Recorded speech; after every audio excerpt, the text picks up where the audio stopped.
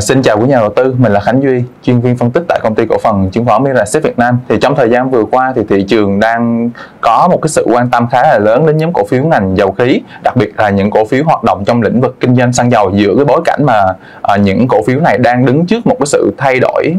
khá là lớn về môi trường kinh doanh, liên quan đến có thể nói là sự thay đổi toàn diện về mặt pháp lý, sau khi mà chúng ta đã chứng kiến hàng loạt những sự kiện xảy ra liên quan đến nhóm ngành này trong thời gian vừa qua. Thì do đó, để tiếp nối các số chương trình Marcellus lần trước, thì trong số phát sóng lần này thì mình sẽ đưa đến một cái bức tranh cũng như là một cái triển vọng đầu tư về một cái cổ phiếu có thể nói là dẫn đầu về hoạt động kinh doanh xăng dầu này, đó chính là cổ phiếu BLX Petrolimex. Thì đây là một doanh nghiệp mà có thể nói là doanh nghiệp nhà nước và nắm thị phần chi phối trong cái lĩnh vực ngành kinh doanh xăng dầu. Đối với Petrolimex có lẽ cũng không xa lạ đối với quý nhà đầu tư, khi mà hiện tại sự hiện diện của doanh nghiệp này có thể nói là phủ sóng trên cả nước, với số lượng cửa hàng có thể nói là vượt trội so với những doanh nghiệp kinh doanh xăng dầu khác. Trước tiên chúng ta sẽ điểm qua một số thông tin cơ bản về BLX. Có thể nói rằng hiện BLX đang là doanh nghiệp duy nhất sở hữu hạ tầng đường ống phân phối xăng dầu trải dài từ Bắc tới Nam, cũng như là sở hữu đội tàu và các kho cảng để phục vụ việc nhập khẩu xăng dầu. Thì với cái lợi thế này thì BLX đã dễ dàng hình thành được những cái gọi là về lợi thế về quy mô kinh tế và sự khả năng cạnh tranh rất là cao trong hoạt động kinh doanh sản phẩm xăng dầu nói chung. Thì xét về kết quả kinh doanh thì hiện nay BLX đối với những doanh nghiệp tại Việt Nam thì BLX là nằm trong số những gọi là số ít doanh nghiệp có mức doanh thu hàng năm lên đến con số vượt trên mức 10 tỷ đô. Thì với hầu hết là 95% nó đều đến từ hoạt động kinh doanh xăng dầu. Trong đó riêng cái lĩnh vực kinh doanh xăng dầu này thì BLX chiếm hơn đến có thể nói 48% thị phần, thì đây là con số rất là lớn. Trong khi cái số lượng cửa hàng chỉ khoảng đâu đó tầm 4.700 trên tổng số 17.000 cửa hàng xăng dầu trên toàn quốc, thì đây là một con số nó gọi là nó khá khiêm tốn, chỉ chiếm đâu đó khoảng 28% thôi. Và ngoài ra ở những phân khúc khác liên quan đến cái ngành hàng này, chúng ta có phân khúc về nhựa đường và dầu nhờn, thì sự hiện diện của BLX cũng được xem là khá đáng kể, với cái thị phần mà theo như doanh nghiệp họ công bố là trên 30% ở hai mặt sản phẩm này. Hiện tại nếu mà chúng ta nhìn rộng ra về quy mô của ngành thì chúng ta có thể thấy là BLX đang bỏ xa, khá là xa đối thủ đứng thứ hai thị phần. Và trong giai đoạn 10 năm trong quá khứ thì BLX cũng cho thấy một cái mức độ tăng trưởng sản lượng khá là ấn tượng so với ngành. Tổng quan về mặt doanh nghiệp là vậy. Thì vậy đâu sẽ là kỳ vọng dành cho BLX trong thời gian tới, và chúng ta sẽ cùng phân tích những cái sâu hơn những cái yếu tố này. Thì đây là cũng có thể được xem là những cái yếu tố mà có thể là định hình xu hướng tăng trưởng của BLX trong dài hạn. Đầu tiên, để nói về chất xúc tác lớn nhất trong triển vọng kinh doanh của BLX, có lẽ là nó sẽ đến nhiều từ việc mà thay đổi toàn diện trong khung pháp lý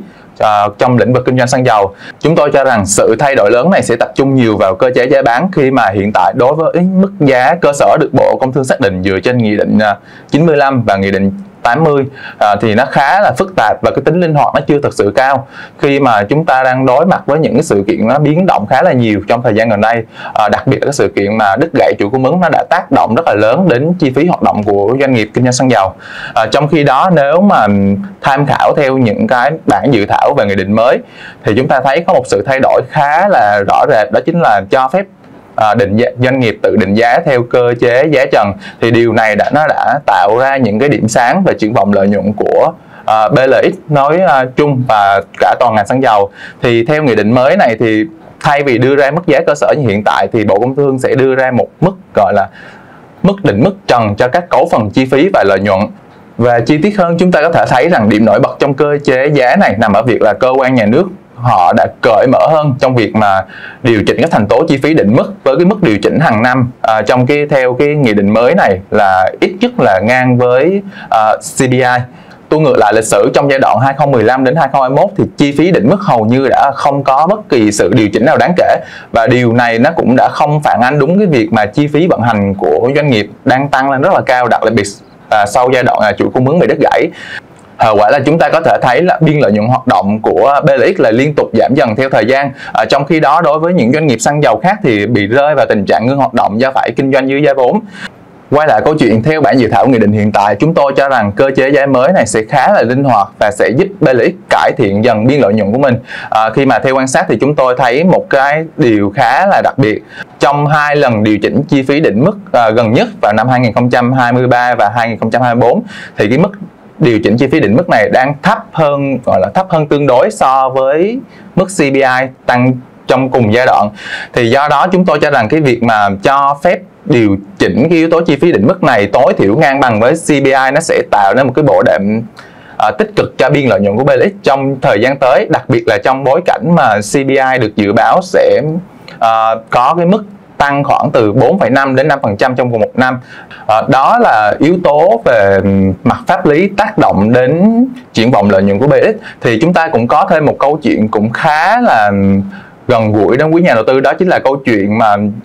chúng tôi nhận thấy rằng là cái quy mô cạnh tranh trên ngành xăng dầu có lẽ cũng đã và đang được định hình lại đáng kể. Năm 2022, việc chính phủ đã đẩy mạnh chấn chỉnh các vụ buôn lậu xăng dầu và thực hiện các biện pháp quyết liệt nhằm chống tham nhũng liên quan đến việc sử dụng quỹ bình ổn giá đã làm thay đổi đáng kể những thành phần tham gia thị trường. Và theo dữ liệu chính thức thì số lượng thương nhân đầu mối và thương nhân phân phối bị thu hồi giấy phép trong cùng giai đoạn này đã tăng lên đáng kể. Thì trong đó chúng ta có thể kể đến một vài cái tên khá là nổi trội ở trong thị trường miền Nam như là Xuyên Việt Oil hay là Hải Hà Petro, hay là một doanh nghiệp cũng hiện đang niêm yết trên thị trường đó chính là Nam Sông Hậu. Và đây đều là những thương nhân phân phối chiếm thị phần khá là lớn, với chúng tôi ước tính đâu đó khoảng là chiếm 15% thị phần. Thì nếu mà xét về quy mô của toàn thị trường thì chúng ta có thể thấy là quay về giai đoạn trước năm 2019, thì trước thời điểm Covid-19 thì chúng ta có thể thấy là những cái nhóm thương nhân mà bị thu hồi giấy phép chiếm đâu đó khoảng đến hơn khoảng 40% doanh thu của BLX. Thì đây là một con số khá là lớn. Và việc những thương nhân này rút lui ra khỏi thị trường đã để lại một khoảng trống về mặt thị phần nó khá là đáng kể, và do đó nó đã kéo theo một cái làn sóng cạnh tranh khá là quyết liệt và được dẫn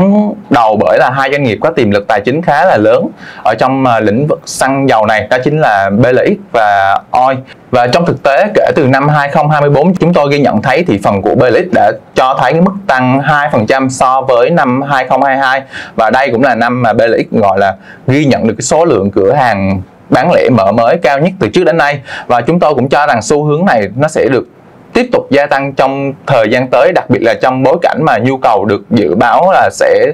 liên tục gia tăng để đáp ứng giai đoạn tăng trưởng mới của nền kinh tế. Song song với những thay đổi liên quan đến biến động về môi trường kinh doanh thì chúng tôi cũng nhận thấy một cái sự phục hồi khá là tích cực về ngành du lịch nói chung và ngành hàng không nói riêng, với việc chiếm hơn 30% thị phần và là một trong 4 doanh nghiệp cung cấp nhiên liệu bay đang hoạt động tại Việt Nam. Chúng tôi cho rằng lợi nhuận của BLX từ hoạt động này sẽ dần phục hồi sau một khoảng thời gian có thể nói là đi lùi do sự khó khăn chung của ngành. Và trên thực tế là trong giai đoạn năm 2022 đến năm 2024 thì lợi nhuận hoạt động trên mỗi lít nhiên liệu bay được bán ra của BLX đã ghi nhận mức giảm đâu đó khoảng 50% so với các giai đoạn trước đó. Và cái phần lớn cái sự sụt giảm này đến từ những cái khoản mà trích lập dự phòng, khoản phải thu đến do các hãng hàng không họ thanh toán chậm.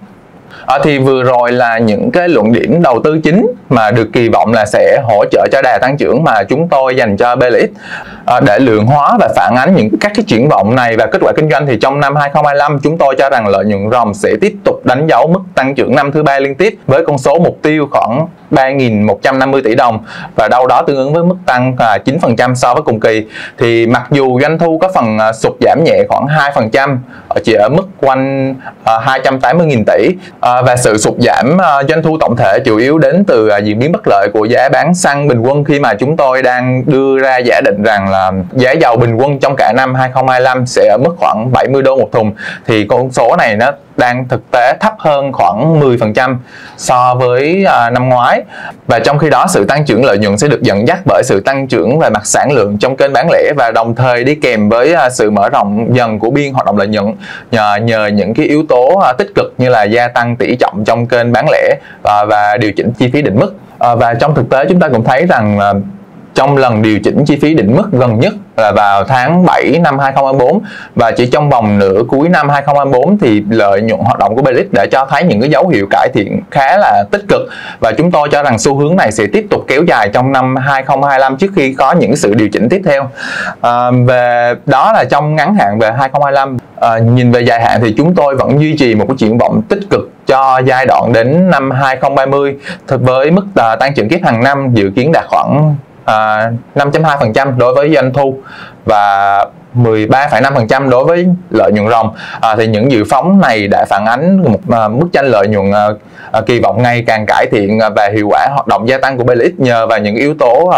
tích cực trong môi trường kinh doanh. Và để tổng hợp lại những cái yếu tố trên, sau khi đưa các gia đình vào mô hình chiết khấu dòng tiền thì chúng tôi đưa ra mức định giá mục tiêu đối với Belix là khoảng 47.300 đồng một cổ phiếu, thì với mức tăng giá tiềm năng khoảng 42% cho Belix. Con số này bao gồm mức hiệu suất cổ tức ước tính khoảng 5% một năm, thì chúng tôi đánh giá rằng đây là một cổ phiếu khá là tiềm năng mà quý nhà đầu tư có thể cân nhắc, đặc biệt là trong giai đoạn mà thị trường vừa trải qua những cái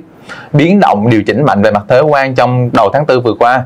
Về mặt triển vọng là vậy, chúng tôi cũng muốn lưu ý rằng hiện tại thì rủi ro hệ thống đang khá là lớn và điều này có thể tác động trực tiếp đến định giá của Belix. Thì trong đó đối với rủi ro giảm giá thì chúng tôi thấy rằng sự căng thẳng đang tăng lên trong chiến tranh thương mại có thể tác động đáng kể đến giá dầu thô, và thực tế là chúng ta đã thấy là giá dầu thô trong thời gian qua là có những cái sự biến động khá là mạnh. Có thời điểm giá dầu thô đã về đến mức khoảng 60 đô một thùng, và do đó những cái yếu tố này nếu mà còn tiếp diễn trong thời gian tới có thể tác động đáng kể đến triển vọng lợi nhuận của Belix, và thông qua đó cũng sẽ tác động về mặt định giá mục tiêu mà chúng tôi có vừa đề ra. Bên cạnh rủi ro làm giảm định giá thì song song với đó vẫn sẽ có hiện hữu những rủi ro làm tăng định giá, như là câu chuyện mà khi nãy chúng ta cũng có đề cập, đó chính là yếu tố nghị định mới sẽ sớm được thông qua và áp dụng trong năm 2025, cũng như là câu chuyện là trong thời gian tới sẽ không còn các khoản trích lập khoản vay thu liên quan đến hoạt động nhiên liệu bay. Hy vọng là những trao đổi vừa rồi giúp quý nhà đầu tư có thêm thông tin cũng như là cơ hội đầu tư vào cổ phiếu Belix. Đến đây thì thời lượng phát sóng của chương trình cũng đã kết thúc. Quý nhà đầu tư nhớ đăng ký kênh và bấm chuông để không bỏ lỡ những số phát sóng mới nhất. Xin chào và hẹn gặp lại.